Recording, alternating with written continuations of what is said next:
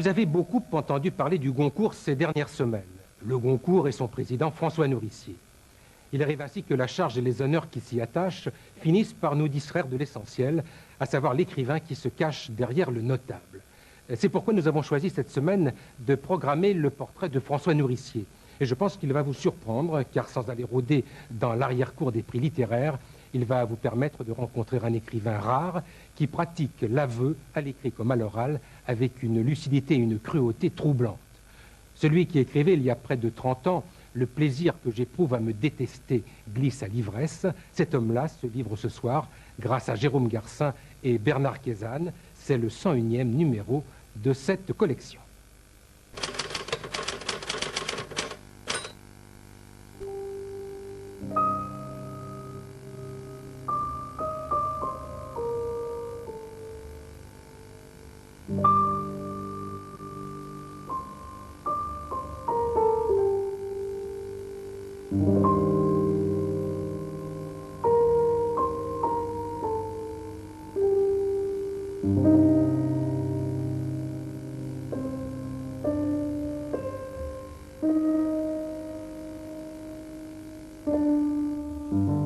C'était un dimanche après-midi, un dimanche d'automne. C'était le 17 novembre 1935. Et ce jour-là, mon père m'a emmené tout seul au cinéma pour la première fois. Je revois tout le chemin qu'on a suivi, l'allée de Gagny, l'allée des Réservoirs, la rue Robillard. Puis on arrivait sur la grande rue du Raincy. Et là, il y avait la papeterie La Forêt. Et je restais 5 minutes devant la vitrine. Et mon père, de l'autre côté, à l'autre angle de la librairie, regardait les livres dans la vitrine. Et je me rappelle, nous sommes restés là un petit peu, puis je suis venu le tirer par la main. Je lui ai dit, on va être en retard. Et nous sommes repartis par le boulevard de l'Ouest jusqu'au cinéma. Et je pense, vers la fin de la séance, à un moment à côté de moi, sur ma droite, il y a eu comme un affaissement, un ronflement, et j'ai eu immédiatement, non pas peur, mais honte. J'ai dit, papa est en train de s'endormir. Et puis il a basculé en avant, il y a eu des cris, il y a eu tout un remue-ménage, et j'avais toujours honte. Et on l'a sorti, en le tenant par les pieds, par les épaules, et on l'a couché dans l'entrée du cinéma.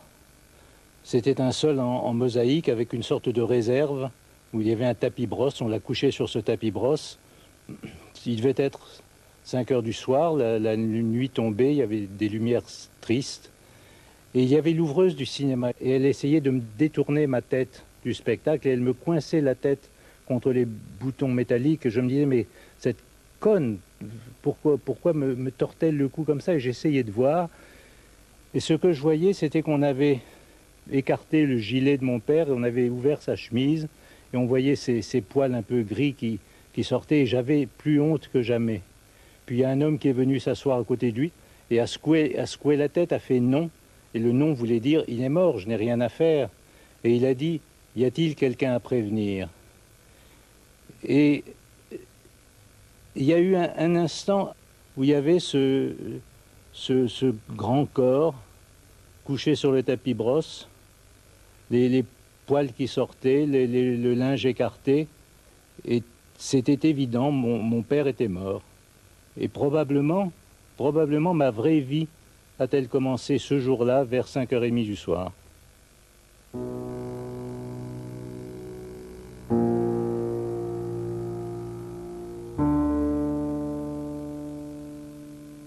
Je ne sais pas si cette sorte d'inappétence à la vie, à vivre, vient de la mort du père, ou de quelque chose qui m'est constitutif, qui m'est propre, que j'essaye de démêler depuis longtemps.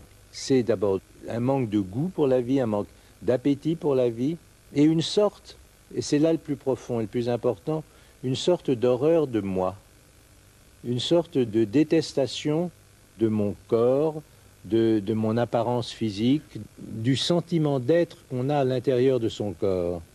Et c'est quelque chose qui est d'une profondeur extraordinaire, dont je n'arrive pas à trouver les racines. Devant la glace à 3 faces, Le visage ne trouve pas plus de salut dans le profil que dans la nuque.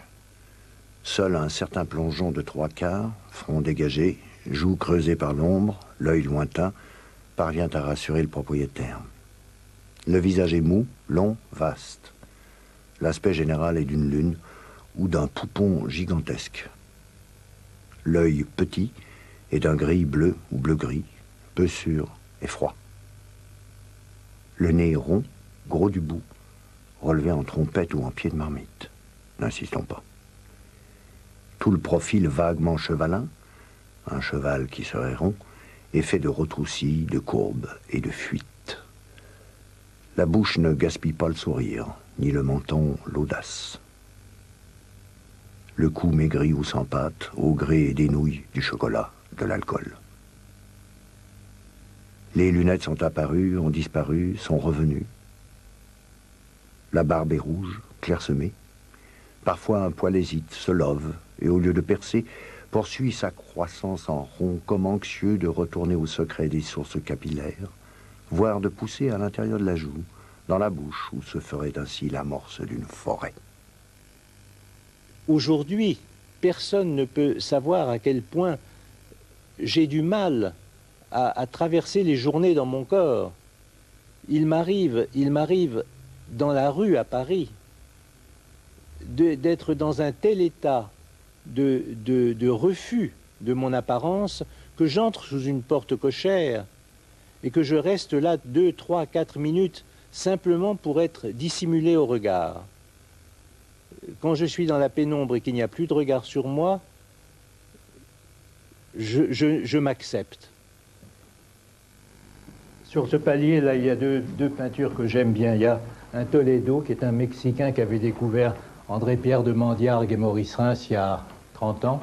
Et là, un Alechinsky qu'il a fait sur un motif de Ruhlmann qui est la rampe de l'escalier de Drouin.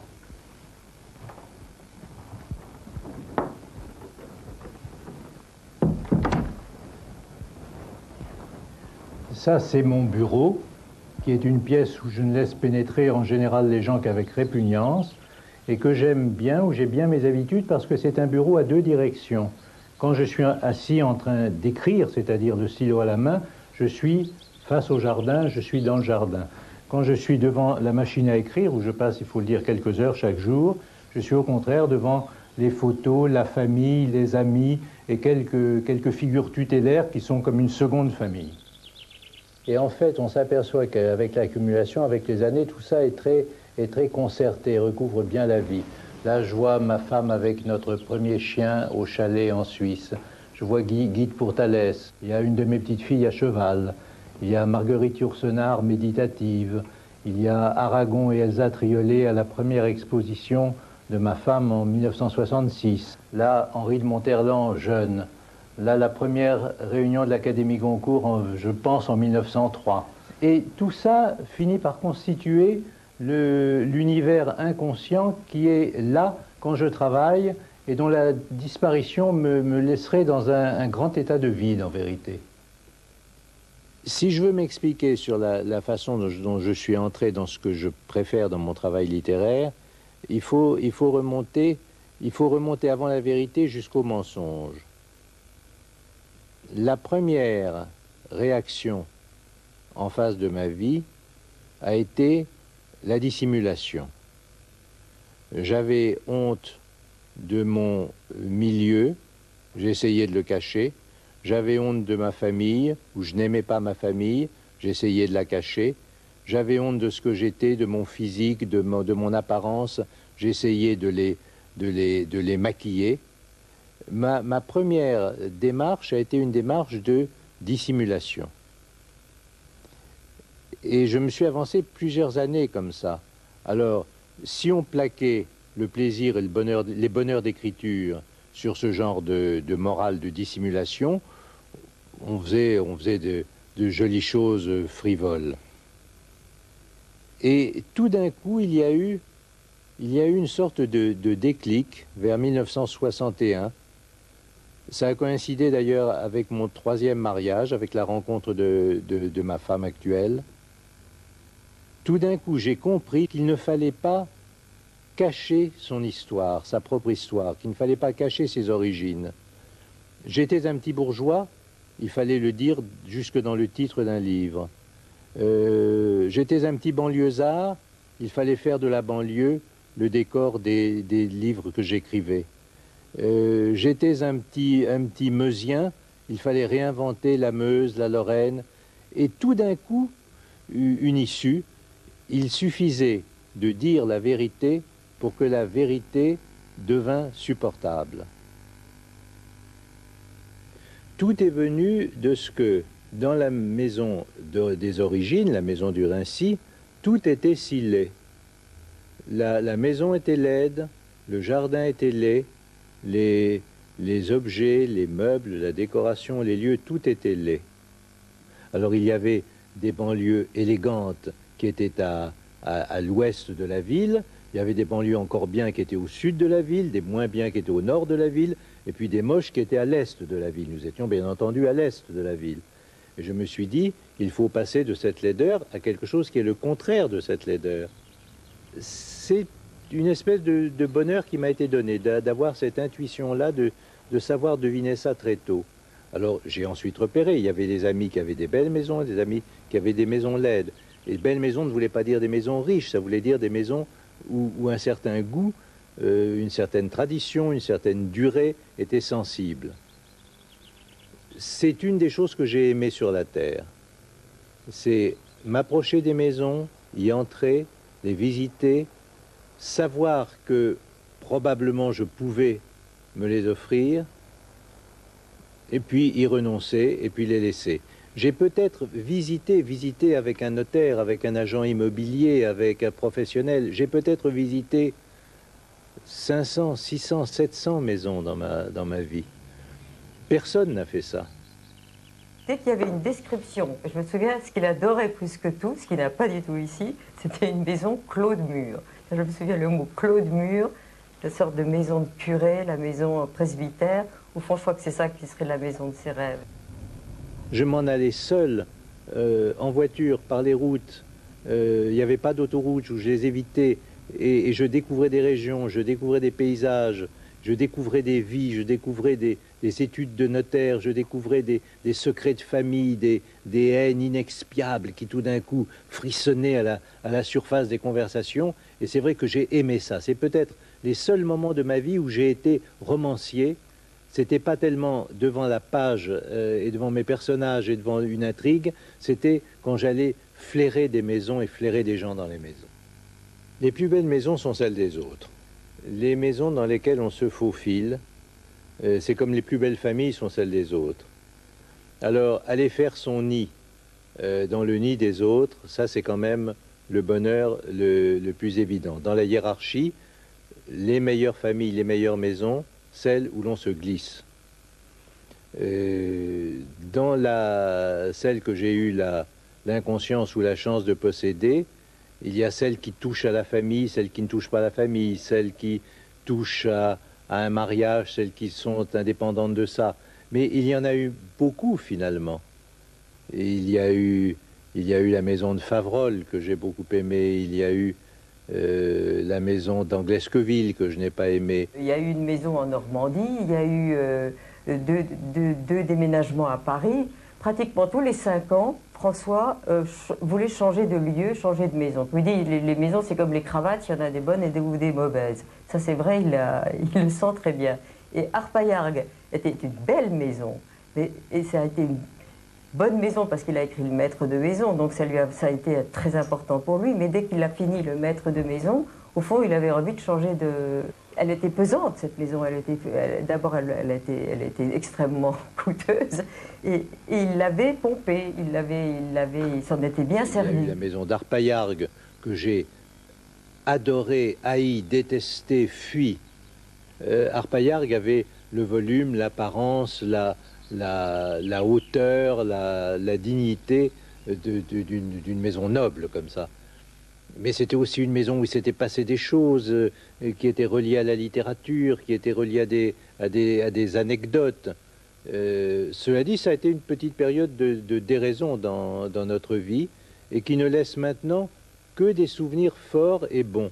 alors que ça a été une maison presque invivable. Mais en règle générale, les maisons sont plus belles quand on les a quittées que quand on les occupe. Ça s'écorche, ça s'érode, ça s'altère, ça se bouffe, ça se rouille, ça s'oxyde, ça se délave, ça se dessert, ça se coince, ça se ternit, ça se patine, qu'ils disent. Ça cloque, moisit, joue, branle dans le manche, ça se tasse, ça fesse, ça glisse, ça menace, ruine, forme des poches, se détend, se marque, s'élimine, s'effrite et s'effiloche, se dissout très très lentement.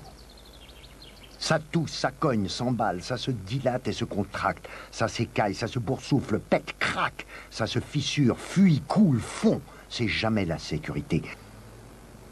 Ça se déglingue tout le temps, ça bat, grince, claque, frotte, chauffe. Le merdier, quoi. L'esquintement de tout. Tout quoi? Tout ça, les choses. On s'use à ce jeu-là. Tenez, par exemple, la maison.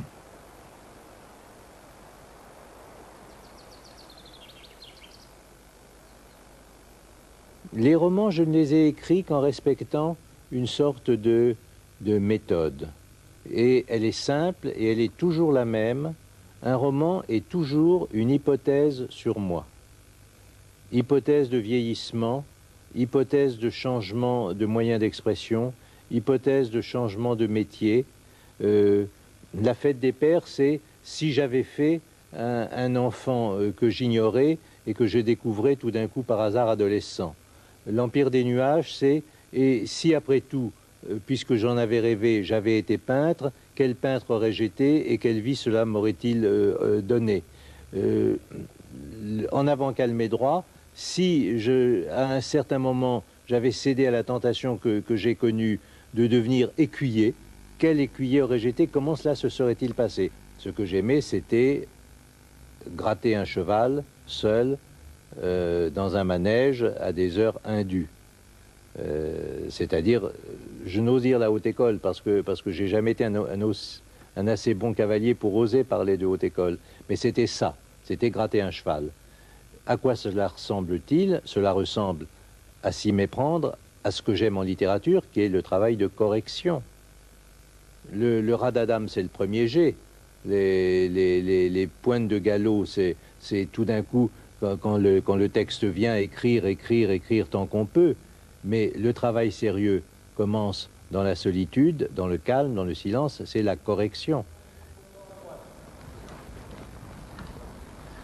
Je n'étais pas revenu dans ce manège et dans cette position au bord du manège depuis que, quand ils avaient à peu près 9 ans et 10 ans, 11 ans, j'ai mis mes 2 fils à cheval. C'est l'expression consacrée. J'étais très troublé parce que leur maître de manège, qui était le même que j'avais eu, le vieux monsieur Duchon d'Angenière, les engueulait en leur disant « Nourricier, tiens-toi convenablement, t'as pas honte devant ton père, il en avait dans le ventre, lui, ton père. » Et je me rappelais que 20 ans, 25 ans avant, exactement dans les mêmes termes, monsieur Duchon me disait « Nourricier, qu'est-ce que vous avez dans le ventre ?» Mais il n'avait aucun père auquel faire référence, ce qui me troublait beaucoup après coup.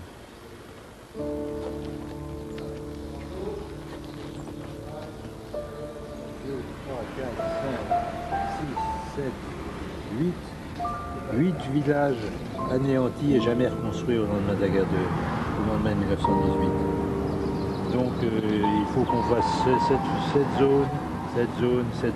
Tout ça étant les vestiges de la forêt d'Argonne.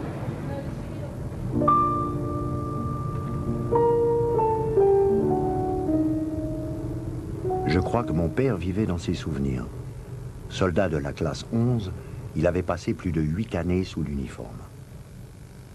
Entré dans la machine militaire à 20 ans, petit paysan orphelin, il en sortit à près de 30, officier, devenu une espèce de bourgeois. Ces 8 années furent sans doute pour lui l'essentiel, sa vraie aventure d'homme. En tout cas, sa vie durant, il resta fidèle à son long songe militaire, inséparable peut-être de ce pays de casernes et de trous d'obus où il était né. Il revenait chaque année dans son village. Sans doute l'y respectait-on. Mon père en était à cette génération charnière si importante en France entre 1900 et 1940. un des innombrables Français à cheval encore, sans honte, sans duperie ni camouflages sociaux, entre la ville et le village. Dans mon enfance, quelques 15 années après la fin de l'autre guerre, de grandes surfaces du pays étaient encore interdites à la promenade, irrécupérables pour la culture. On les appelait zones rouges.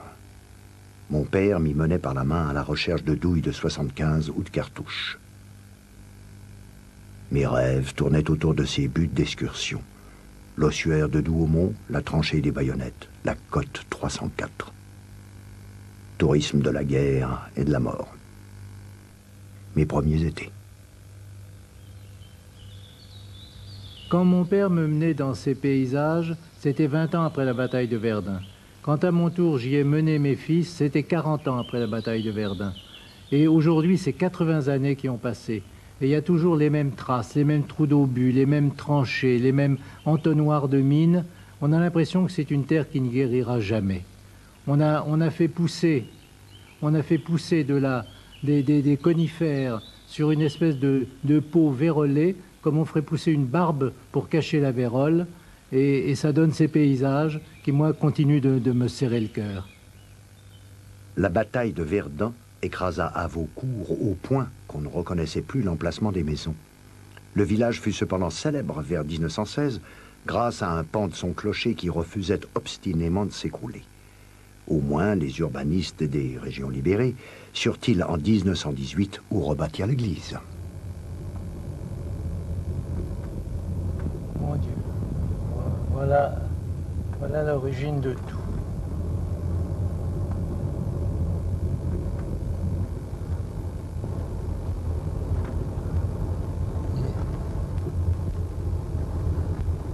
Mon Dieu.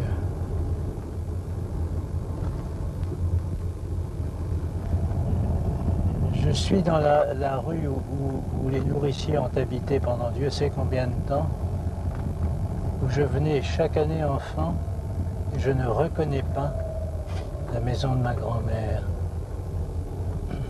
C'est celle qui a... C'est une de celles-là, mais elle a été... Ça doit être celle-ci quand même, ça doit être celle-ci. 2 rue de la Cochetée.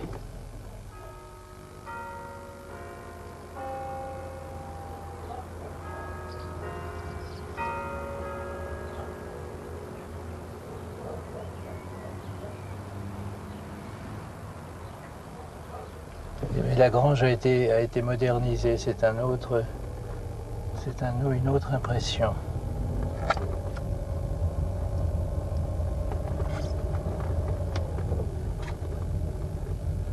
On monte jusqu'au cimetière peut-être.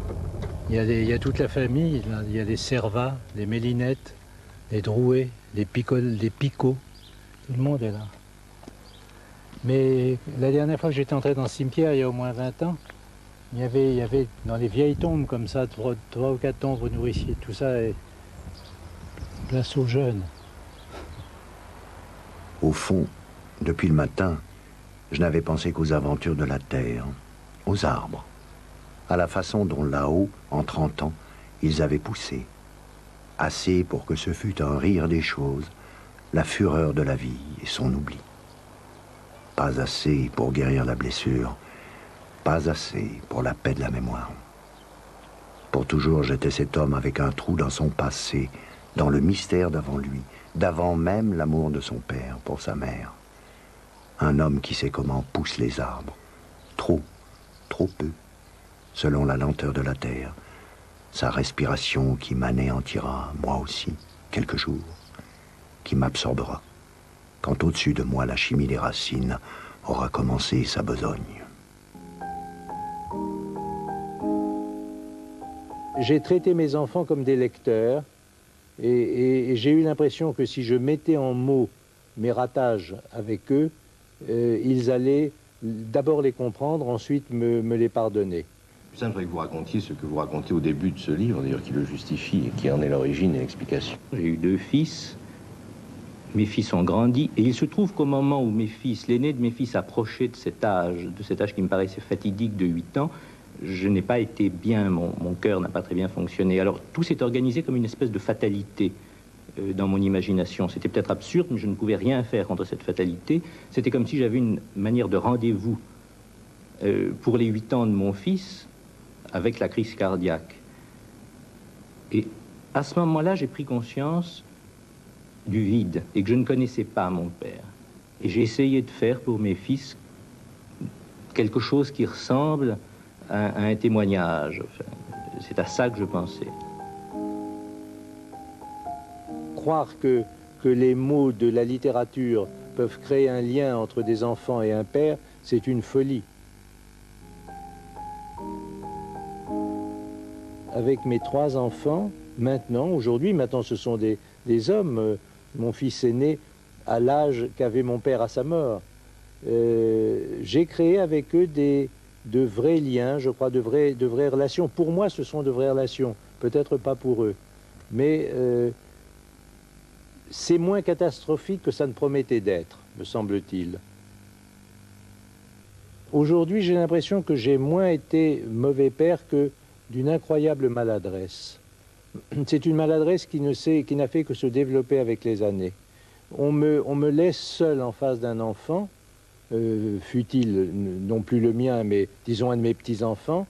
Je ne sais pas comment lui parler, je ne sais pas comment le toucher, je ne sais pas comment le faire rire, je ne sais pas comment jouer avec lui. S'il me demande de lui lire une histoire, il est arrivé une fois dans ma carrière de grand-père qu'un de mes petits-fils me demande de lui lire une histoire. Et bien, ma voix s'est cassée. J'étais tout d'un coup aphone. Voilà, c'est comme si la maladresse dans laquelle j'ai été élevé avait engendré une maladresse plus profonde encore chez moi. J'ai beaucoup de mal à enlacer un être humain. Les femmes, j'ose à peine les toucher, j'ose pas leur mettre la main sur l'épaule. Tout ça, il y a une glace qui me saisit toujours. Alors que les animaux, je les touche, je les caresse, je les embrasse. Ils m'ont rendu le pouvoir de caresser, que naturellement je n'avais pas facilement. Tout ça est compris avec beaucoup plus de calme et de distance maintenant, mais un peu tard.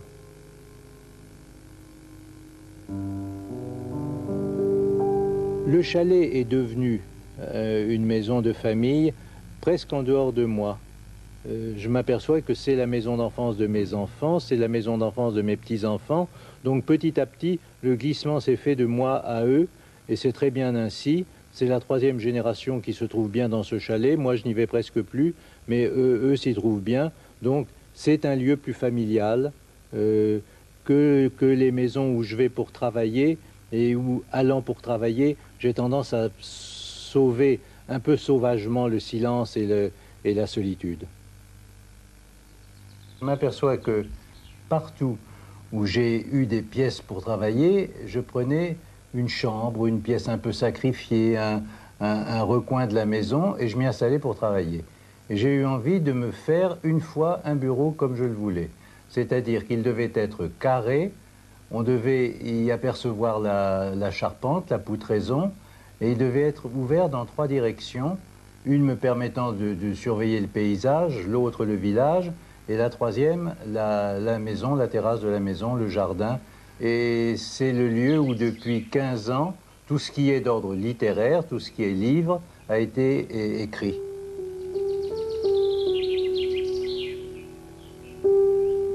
Je pense que si je n'aimais pas ce qu'elle dessine et ce qu'elle peint, ça rendrait nos rapports plus difficiles.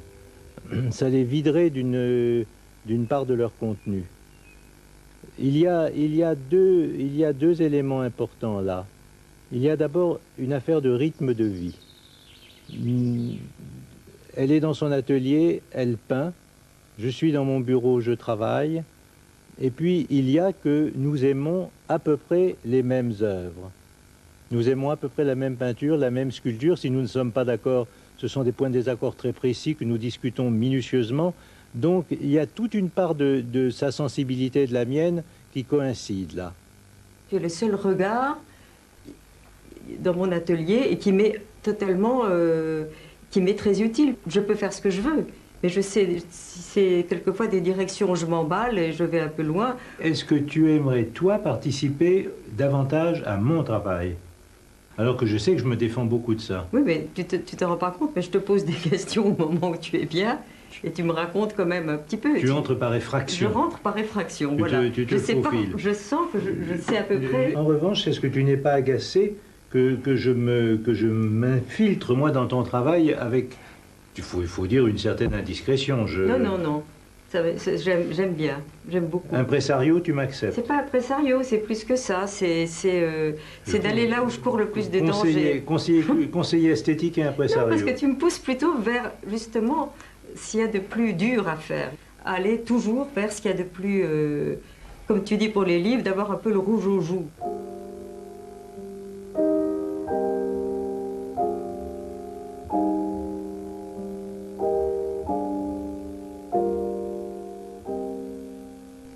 J'ai fait la belle grâce au livre. Je me suis évadé de moi, de ma famille, de mon milieu, de tout ce qui m'enfermait.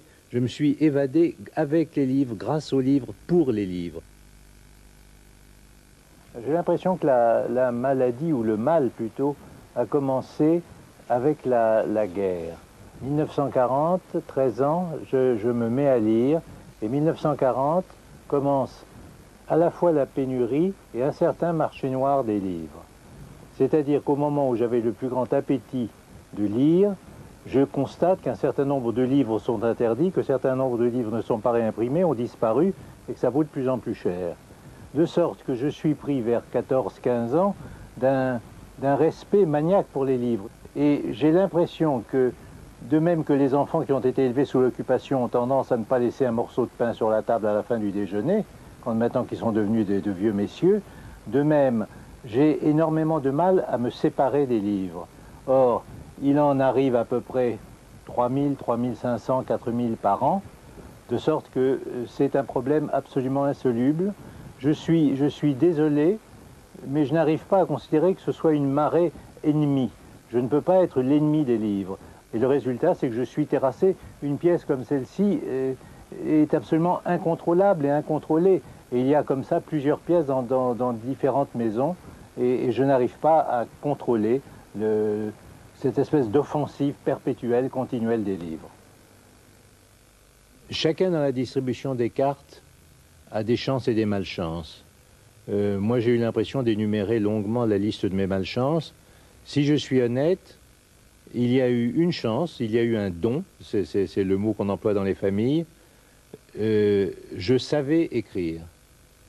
Et j'ai su écrire, sans le savoir, très tôt. Le problème à partir de là était de savoir quoi faire de cette espèce de musique, de choisir la sorte de littérature où je pourrais faire le meilleur usage de cette toute petite arme que m'avait donnée le destin, qui était de savoir écrire. J'ai quelquefois l'impression que les textes d'aveux, l'autobiographie, est tellement prenante, exige tellement qu'on presse le citron, qu'on donne tout le jus, qu'il ne faut pas en abuser. Dans l'hygiène même d'une vie, d'un travail littéraire, d'une œuvre, si l'on en fait trop, on épuise le citron. Donc, j'ai eu le sentiment que je me reposais avec les romans. J'ai dû publier 5 ou 6 textes autobiographiques. Les romans, c'était entre-temps des sortes de vacances dans des contrées au climat tempéré. Il n'y avait pas de grands coups de froid, il n'y avait pas de grands coups de chaud, alors que dans les textes autobiographiques, on est toujours dans un courant d'air effrayant, on attrape la crève. Il arrive que mon texte se rapproche tellement de moi, col de cyprès à moi, comme un vêtement mouillé révèle le corps et le fait paraître plus nu que nu, qu'un sentiment d'obscénité me suffoque. Honte soudain de ce que j'écris, et honte mal supportable, bien que j'aie toujours prétendu qu'un écrivain devait rougir de ses mots. Mais c'est moins la turpitude de mon texte qui me dérange que les rites auxquels je vais sacrifier en le livrant au lecteur. Se dévêtir n'est rien, mais s'approcher de la fenêtre et l'ouvrir, Les femmes, que je continuerai d'appeler les jeunes filles, ça m'a occupé passionnément. Mais je pense que j'ai été meilleur avec les voitures et avec les pages blanches et avec les maisons et avec les paysages. J'ai été meilleur avec presque tout qu'avec les femmes. J'ai passionnément cherché à aimer des personnes assez jeunes pour n'avoir pas de passé. J'ai haï chez les autres les traces, les cicatrices, l'expérience, le désabusement, et jusqu'à la confiance renouvelée et obstinée qu'elles semblaient tenir de leurs échecs précédents.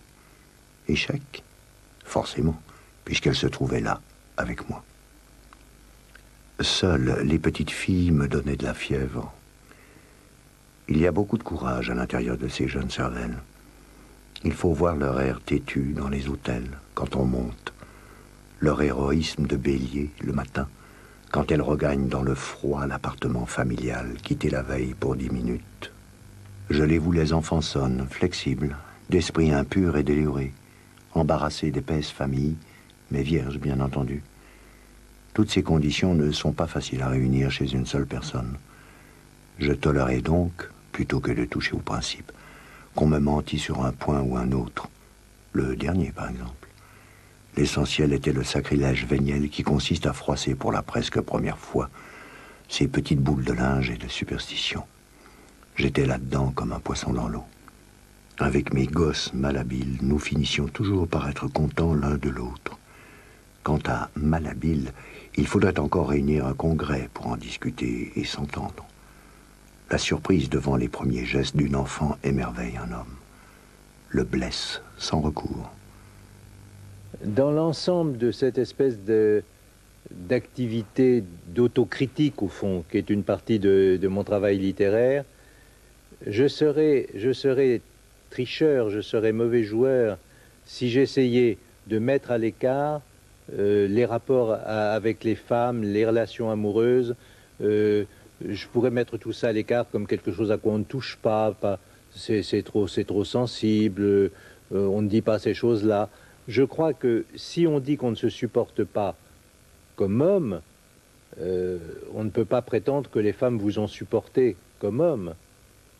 Il ne faut pas oublier, je reviens toujours à ça, il ne faut pas oublier cette horreur que j'éprouve pour mon apparence, de sorte que toute victoire amoureuse, sauf peut-être pendant quelques années d'extrême jeunesse, toute victoire amoureuse a été une victoire contre cette idée que je me faisais de moi, contre cette image que j'avais de moi.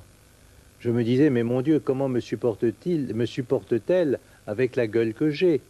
Alors, c'était beaucoup plus de gloire si ça marchait, c'était beaucoup plus d'excuses si ça ne marchait pas, mais le rapport avec les femmes a toujours été lié à cette vilaine, méchante, déplorable idée que je me faisais de moi. Alors, aller prétendre, après tout ça, qu'on a été un merveilleux amant, mais ça ferait rigoler les populations.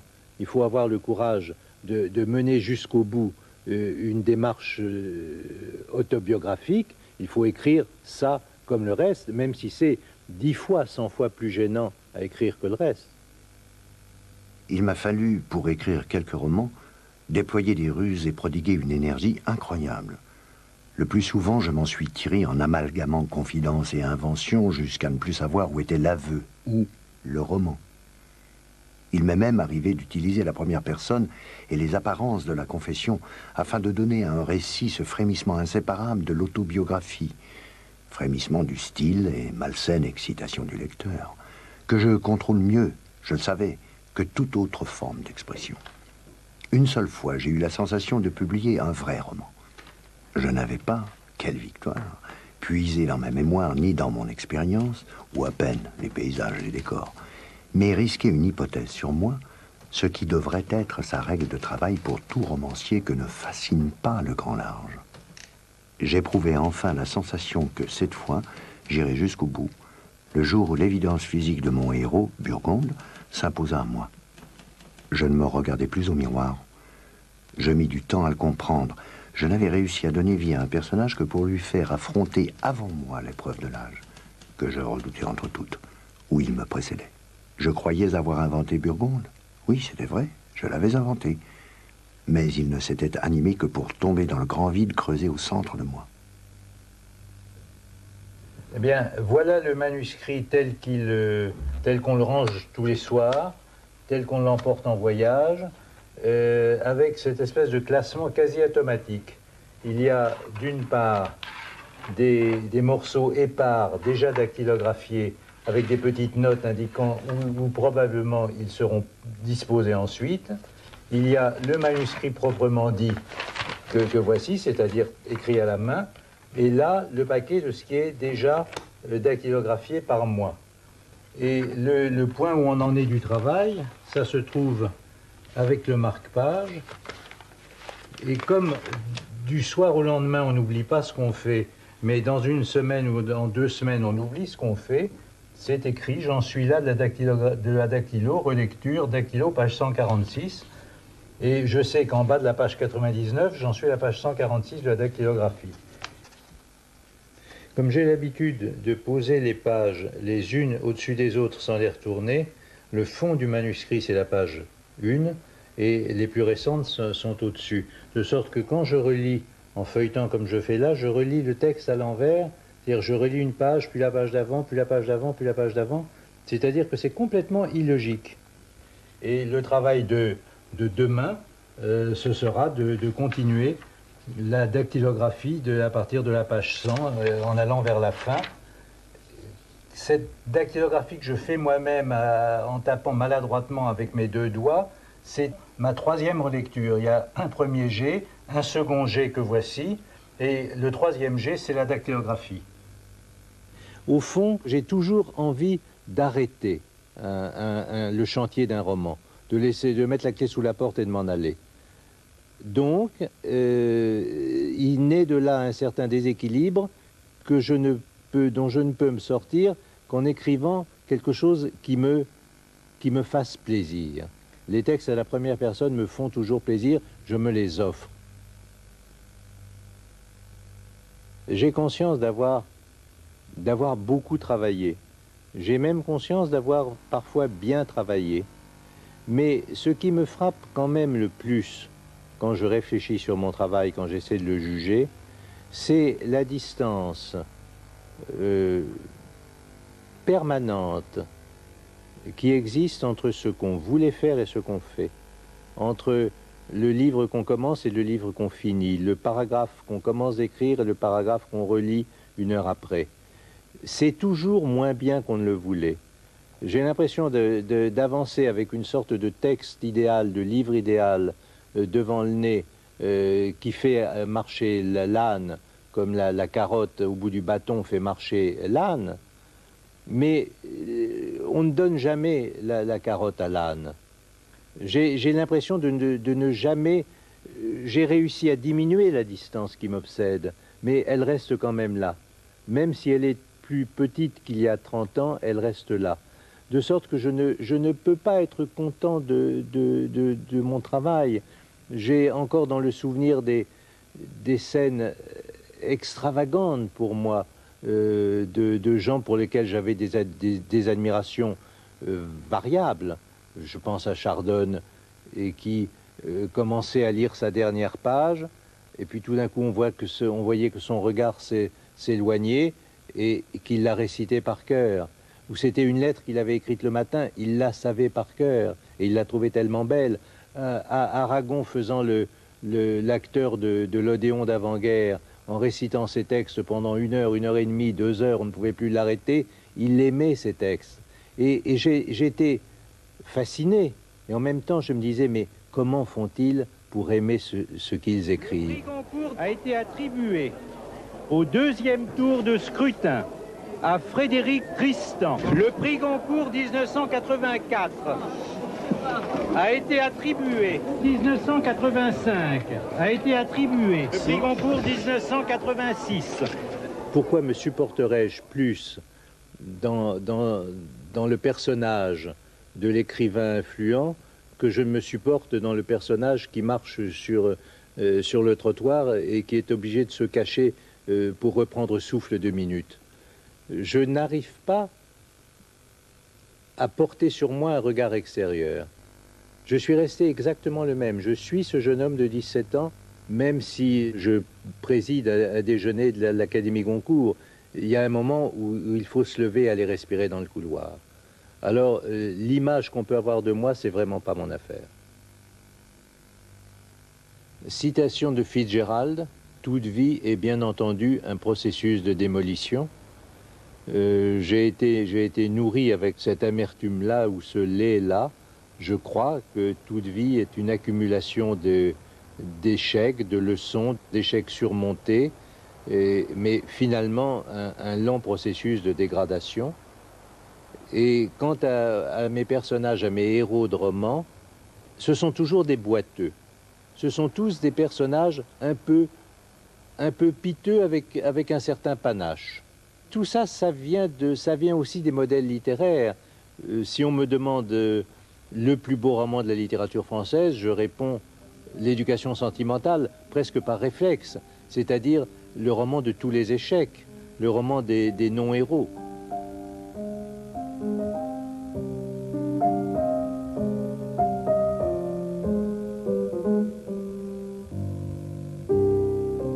Tous les chapitres de moi sont rangés en cercle autour du regard de l'écrivain. Je pourrais feindre d'inventer des histoires. Elles ne seraient nourries que de moi. Mon roman dure 24 heures par jour.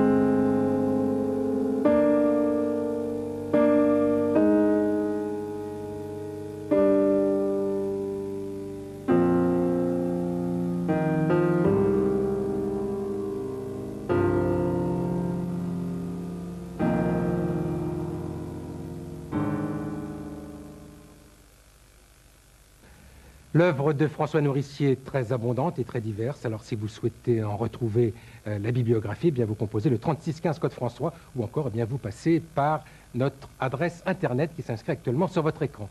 La semaine prochaine, nous avons rendez-vous avec un très grand poète, l'un des plus grands poètes de langue allemande pour le XXe siècle. Nous serons en compagnie de Rainer Maria Rilke. Merci, bonsoir, à mercredi prochain.